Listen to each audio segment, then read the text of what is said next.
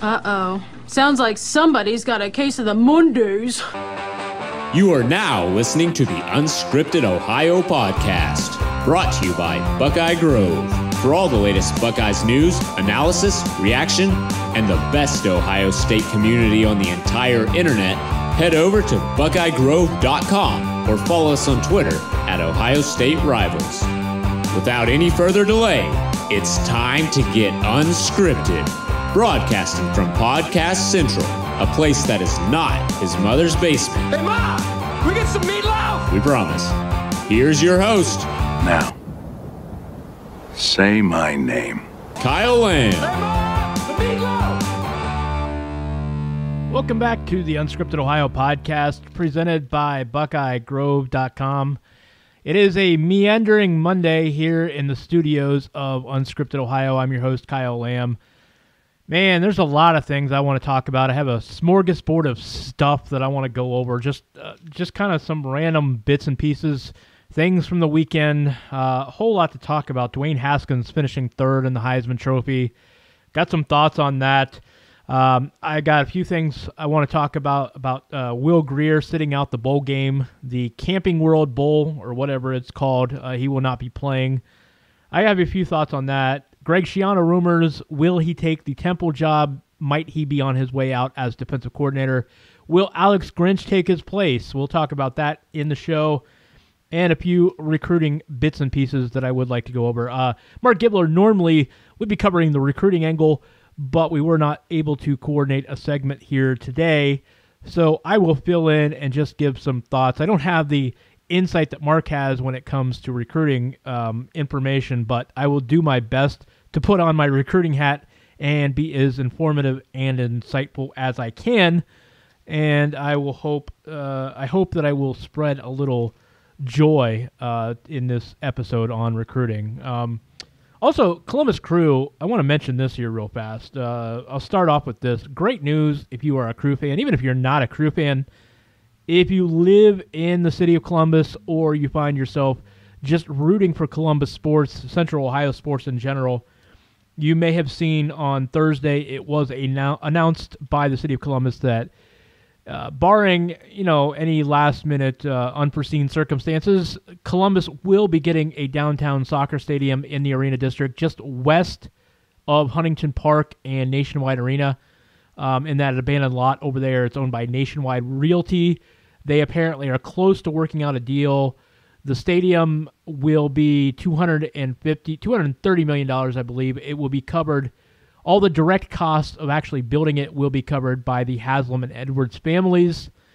And then the city of Columbus and Franklin County will throw in some additional funds for soft costs of preparing the infrastructure and the site.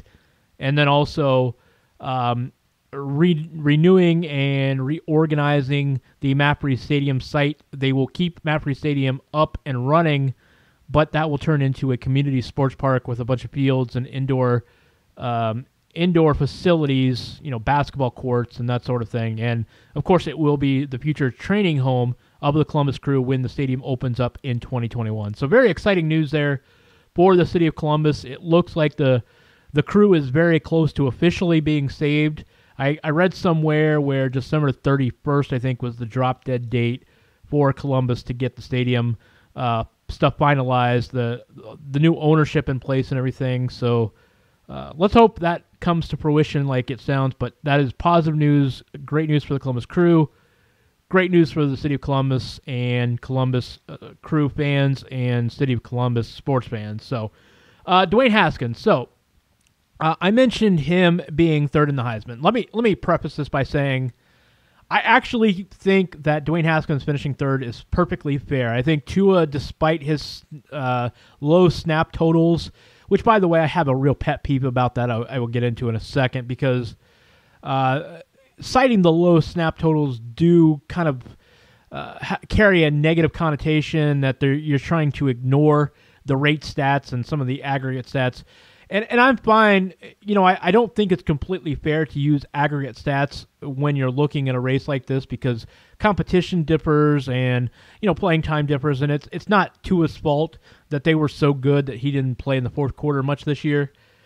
But the fact of the matter is he did not play well against Georgia in the biggest game of the year, and although they could have lost and probably made the college football playoff anyhow, if you're discussing an award based on merit and based on what you've done and accomplished, I think it's fair to say, he was a train wreck in that game before he got hurt, and they were losing that game, and Jalen Hurts had to come in and rescue him. But all of that being said, if I had to rank these three, I would not have probably done it differently. I would have definitely voted for Cuyler Murray first.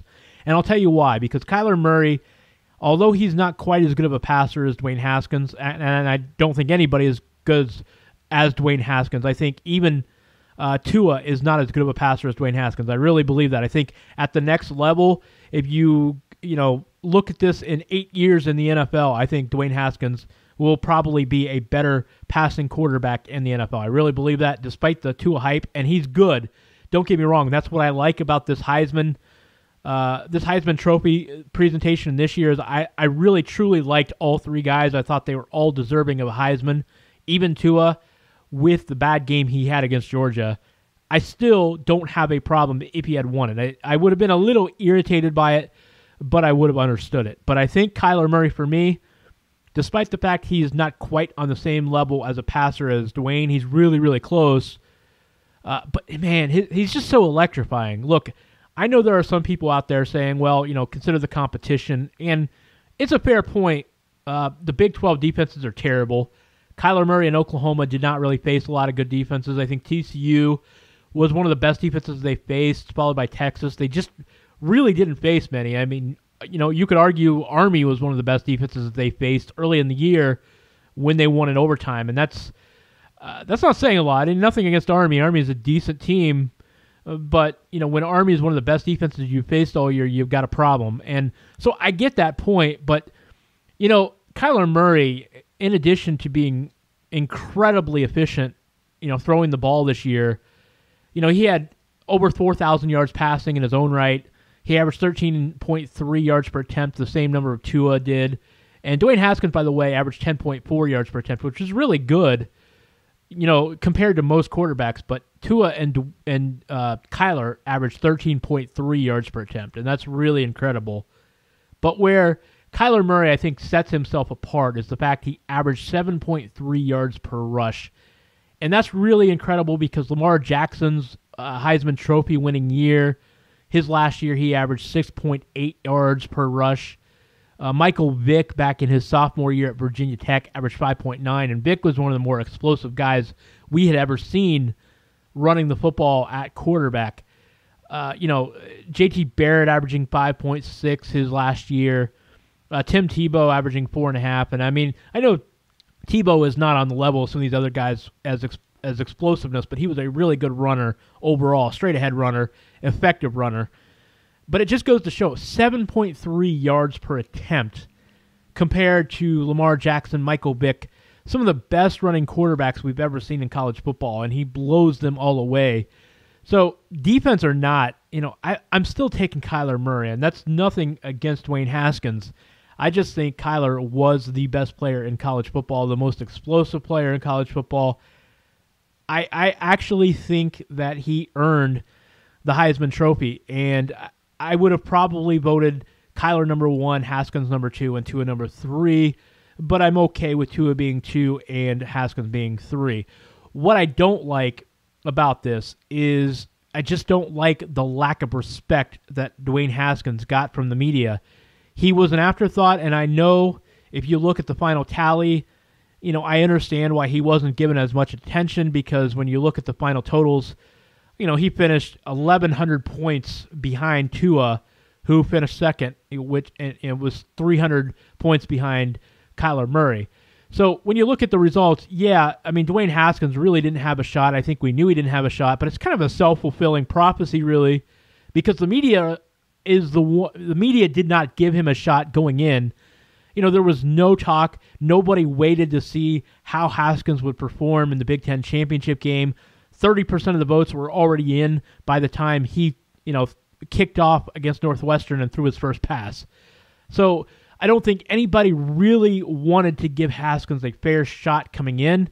The media certainly didn't give a shot. It didn't matter what kind of stats he put up, how impressive the performance he had against Michigan. He had no shot to win this, but the fact is he did get invited to New York City. He was the third place finisher, and just being there, I think you deserve at least the recognition. It's not really about whether or not he has a chance to win. It's about recognizing the performance he had. If the committee that handles this, the committee that organizes the Heisman Trophy presentation, if they felt he was deserving of being there and being recognized, whether he was going to win or not, I don't think it's for the media to decide that. I think they should give him his fair attention. I think he should get credit for being there and get the same amount of attention that Murray and Tagovailoa got. And I just don't think it's up to the media to decide whether or not he's going to win the award, because the fact of the matter is they just simply didn't know. And so I was really not keen on the lack of respect that he got. But man, he had a great season, and all I can say is it'll be interesting to see if, in fact, he has played his last game at Ohio State as of the Rose Bowl on January 1st, and we'll talk about more about the Rose Bowl coming up here in these next couple of weeks on the podcast. But today, there's a lot of other things I would like to talk about. And before I get back to Haskins, because it is interesting, that's a conversation that will be interesting to see what happens with Ohio State's offense next year.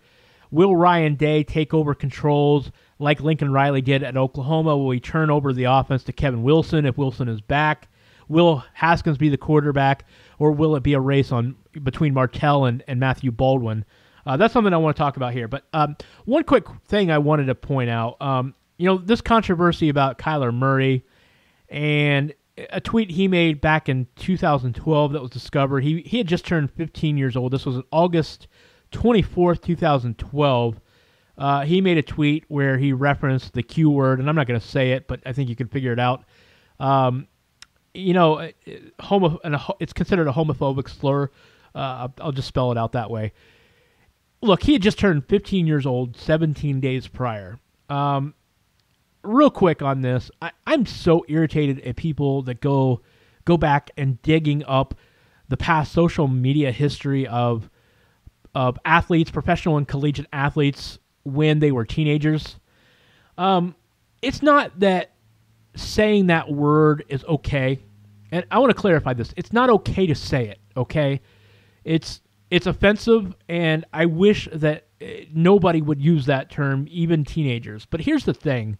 When you're a teenager, we all make mistakes. We all say things we shouldn't say. We all do things we shouldn't do. The whole point of growing up is to have parents and adults teach us right from wrong. And we don't always understand that. We don't always learn it right away. Sometimes it takes us a while. Sometimes we still do it. We rebel against authority. We rebel against elders, against adults.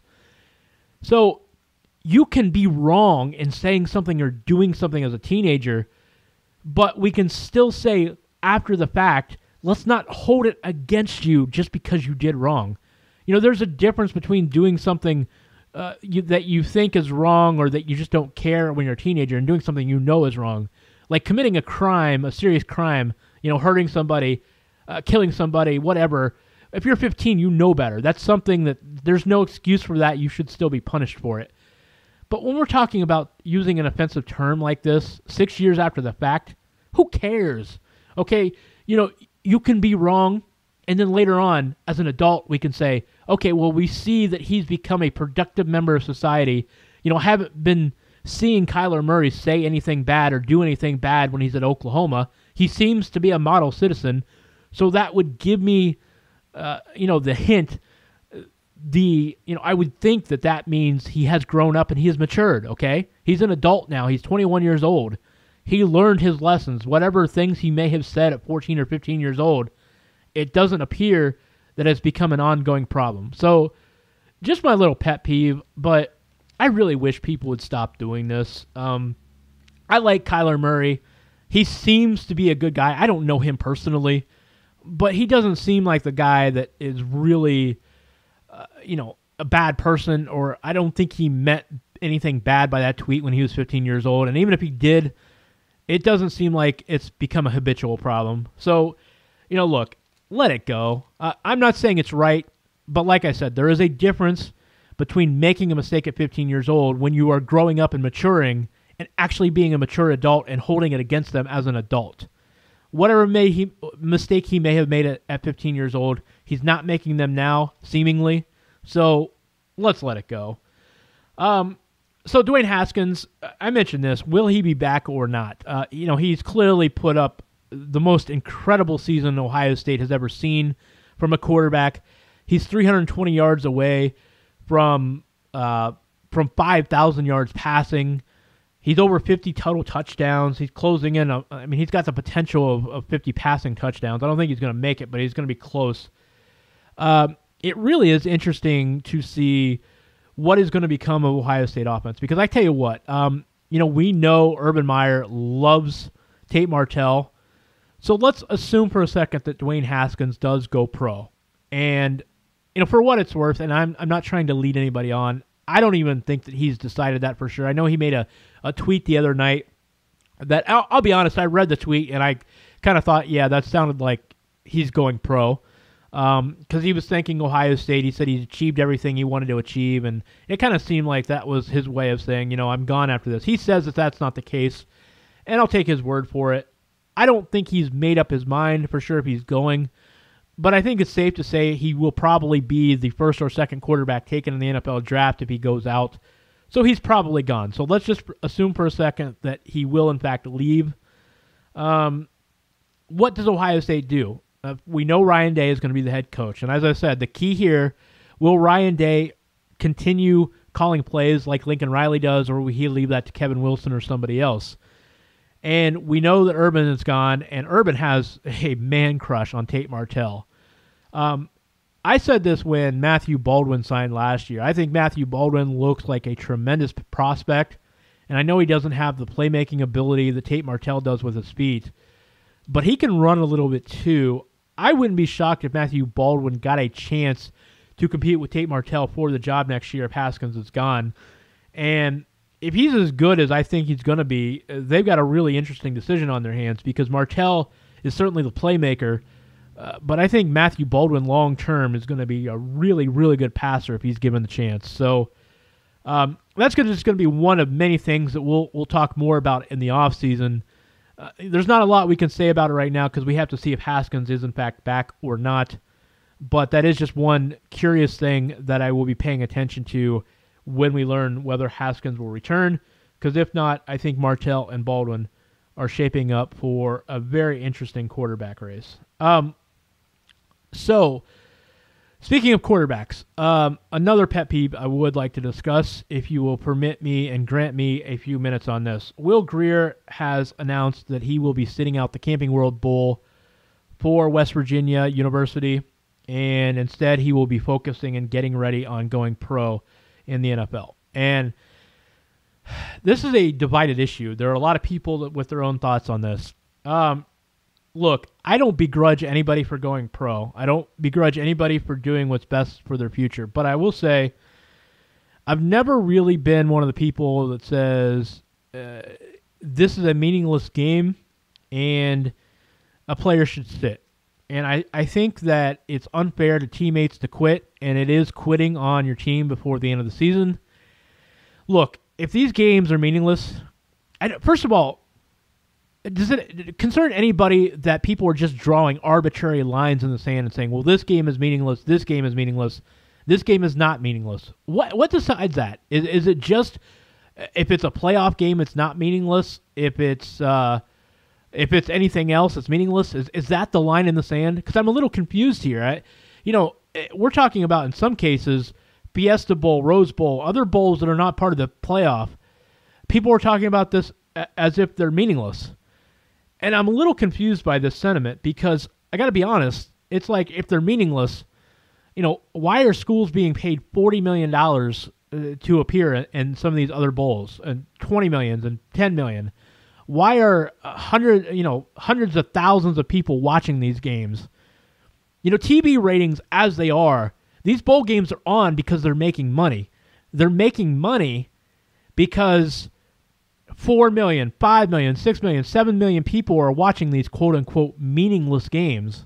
If they're so meaningless, why are you watching them? You know, I see some of these people on Twitter that are saying, well, he should sit. He shouldn't play. They're meaningless bowl games. If they're meaningless, what are you watching for? I mean, that's a fair question, right? You know, why are coaches getting $100,000 bonuses, $200,000 bonuses, $500,000 bonuses for winning some of these non-playoff games? I mean, money suggests and ratings suggest they're not meaningless games. You know, these people, these kids, these students, these players, they're trying to win these games. You can't tell me they're meaningless. If they're meaningless, then that means nobody wants to win. Nobody cares if you win. And I just don't understand that sentiment. I'm okay. I understand Will Grier wanting to do what's best for his career. And I'm not saying don't go pro. I'm not saying don't go secure your financial future. But I don't like the rationalization that because you're quitting on that quitting on your team is the smart personal choice because these games are meaningless. I'm just not seeing that. I don't understand that whatsoever. I just don't. I don't agree with it. You know, I like I said, if they're meaningless, why is there so much money on the line? Because to me that's the biggest determination. The game, if they're meaningless, nobody would be making money off of it, and we know that's not true. So I don't see that as a legitimate excuse. I think as long as you have games on your schedule, I don't think you should let your teammates down. I think you should play. I didn't agree with Denzel Ward sitting out last year. I don't like Will Grier sitting out. I didn't like Christian McCaffrey sitting out. Although it was a different situation. He had some injuries. I kind of understand that a little bit more. But I don't think you should be quitting on your team. That's just my personal opinion. Stretch runtime here at Unscripted Ohio. Kick up your feet as we cross the finish line with the Buckeye Beat, the latest in Ohio State news and notes. Kick the tires and light the fires, Big Daddy. All right, folks. So don't think that I didn't hear all the stampeding to Twitter on Sunday afternoon. Your sighs, your cheers, your relief, your exasperation. Greg Schiano, according to the Philadelphia Inquirer, is one of several individuals expressing interest in the open Temple position. And it's crazy. It's kind of unfortunate, really, actually. I mean, it's unfortunate that Ohio State fans are in a position where they're rooting for him to go away. Because honestly, look, Schiano didn't forget how to coach football, okay? He, made a very, very pedestrian Rutgers program into a real competitive program there. He went to Tampa, the NFL. He didn't have the greatest tenure, but he didn't forget how to coach football.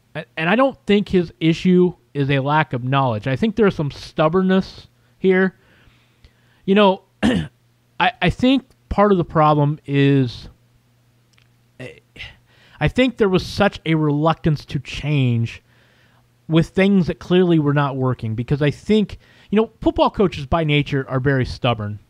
And sometimes the issue with football coaches, it's not always for a lack of ability or a lack of knowledge. It's not that Greg Schiano can't sit there and watch film and see something is not working. But part of the football coach is not to overreact. You have to watch film, you have to know your personnel, and you also have to kind of project, is this going to get better or not? And I think Greg Schiano's problem and Ohio State's defensive problem by association this year, I think in part is they just didn't have the personnel to run some of the schemes that Ohio State was running. And look, Ross Fulton, I have Ross Fulton on here every week, and Kirk Barton. We break down games, and I have them on for a reason, because they are better than I am at looking at what's going on with the scheme. I know my basic football. I can see certain types of coverages. I can see what the linebackers are doing, where they're being positioned, where the line is being positioned. I can see if there's slants or stunts. I can see the basics of what's going on a football field. But there are certain in-depth, more detailed analysis and more nuance to what's going on with the defense than I'm capable of diagnosing. And that's why I ask Ross and Kirk and some of these guys to help me. because, sometimes it is sheer bewilderment as to why things aren't changing. And I don't think that Ohio State had the personnel to run some of the things. A lot of the problem is the linebackers were put in a bad spot. I don't think the linebackers actually played that poorly. I know some weeks you'd see these champion grades for linebackers, and I would see people on Twitter say, well, that's, flat out stupid. Why are they getting graded out as a champion? Well, the thing is, because the linebackers in some cases were doing what they were being taught to do, which leads us to the question of why were they being taught that way? Why were they playing that type of defense? And I think the problem here was the personnel just never really seemed to match with what Schiano schematically wanted to get out of this Ohio State defense. And I think part of that maybe was just bad projection. Maybe he thought the defense would come around, and it showed flashes at times. We saw it against Michigan State. We saw it against Michigan. They were clearly better. Northwestern, outside of the third quarter, I thought they played really well against Northwestern. We saw times where the Ohio State defense, showed flashes of being a good defense. And maybe those flashes were why Ohio State just seemed to refuse to make changes to the scheme. And to be honest, Urban Meyer said this, and this is one thing I do agree with. You don't make wholesale changes to scheme in the middle of the season. Sometimes you just kind of have to write it out. But there are maybe minor changes and things that I wish they had done differently. And so I don't think Schiano's problem is a lack of football knowledge. I don't think he's an idiot. I think he just maybe had too much faith in his personnel trying to run some of the things that they were running. But Ohio State fans, look, people were almost in a celebratory nature at this report from Philly.com on Sunday, because I think people are just ready for a change. They're ready to see something different. And maybe Ohio State fans need to see a lack of stubbornness. Maybe that's all it comes down to. And, look, I'm not trying to break news here, okay? So don't hold me against this. But what I'm hearing is I do think that Greg Schiano wants to go find himself a job. And I think it's time. He's a guy that comes in with he came in with a lot of credentials, obviously. There's no reason why he can't be a head football coach somewhere. He would have been at Tennessee if Tennessee fans weren't idiots. But it's time for him to spread his wings and go fly and go do something. And I think that's what he's looking at now. I think he knows it's time, and I think he's going to be better off to go run his own program, or maybe he'll be a defensive coordinator back in the NFL or something like that. But I'm hearing that it sounds like Alex Grinch is going to be the guy, and I think we'll get to see a little bit more of Ryan Day's offense next year because he will be in charge, and even if he's not calling plays, it'll still kind of be his system. And I think defensively we're going to see a little bit different too, because I think Alex Grinch, if it does become defensive coordinator, if Greg Schiano leaves, then I think we'll get to see more of Grinch's defense, which will be a welcome change. Just sometimes change is good just for the sake of change and seeing something different. And I don't know, who knows what's going to become of the Ohio State defense next year if Grinch takes over, but it will be good to see something else, because I think there was a little too much resistance to change this past year. But I will say this, on another note, I'm hearing Alex Grinch is really killing it, and guys, recruits specifically, seem to buy into what he's selling, and that's another reason why I think it would benefit Ohio State to see him change, to see him take over as defensive coordinator, I should say. Jordan Battle, for the last several weeks, several months, people were worried about losing his commitment to Alabama. He's one of the top safeties in the country from St. Thomas Aquinas in Fort Lauderdale, and there was a lot of fear even before Urban Meyer announced his retirement that Battle would be gone eventually, but there's starting to be some positive momentum here. I'm now thinking Ohio State might keep Battle.